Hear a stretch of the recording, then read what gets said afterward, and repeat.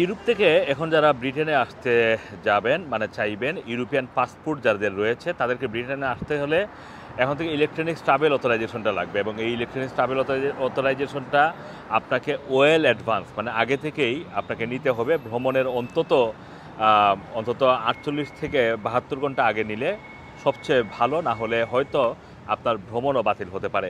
এই electronics travel authorisation এটাকে নিতে হলে আপনাকে অন্তত 10 পাউন্ড খরচ করতে হবে। তবে কিছু কিছু প্রোভাইডার যারা আসলে এই ট্রানজ্যাকশন প্রোভাইড করে সেই সব জায়গায় গেলে যেমন গুগল পে বা এইরকম ট্রানজ্যাকশন প্রোভাইডার যদি আপনি ব্যবহার করেন তাহলে সেটা 16 পাউন্ডে গিয়ে খরচ হতে পারে।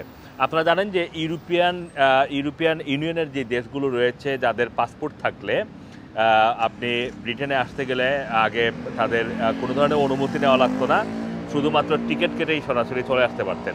কিন্তু এখন থেকে ইউরোপিয়ান ইউনিয়ন তবে শুধুমাত্র আইরিশ এবং ব্রিটেনের পাসপোর্ট যাদের রয়েছে তারা এই ইউরোপ থেকে যদি ব্রিটেনে আসতে চান তাহলে তাদেরকে এই ট্রাভেল অথরাইজেশন মানে ইটিএটা নিতে হবে না। কিন্তু অন্যান্য দেশের পাসপোর্ট যেমন ইটালিয়ান পাসপোর্ট বলেন, ফ্রেঞ্চ পাসপোর্ট বলেন, স্প্যানিশ পাসপোর্ট বলেন, পোলিশ পাসপোর্ট বলেন, এইসব দেশের পাসপোর্ট মানে এরকম ইউরোপিয়ান ইউনিয়ন দেশের যদি আপনি ওইসব দেশের পাসপোর্ট থাকে তাহলে এখন থেকে ব্রিটেনে এইটাকে আপনি নিতে হবে এবং একবার অনুমতি নিলে 2 বছর পর্যন্ত আপনাকে আর অনুমতি নেওয়া লাগবে না। 2 বছর পর্যন্ত এই 10 পাউন্ড দিয়ে আপনি 2 বছরের জন্য পারমিট পাবেন, কিন্তু একবার এসে আপনি 6 মাসের বেশি থাকতে পারবেন না।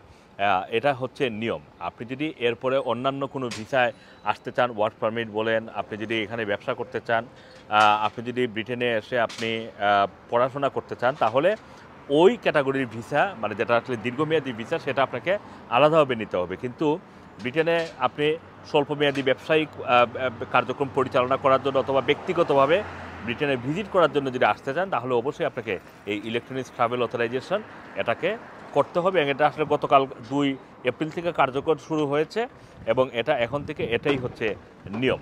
Assam Masum, Rana TV, London.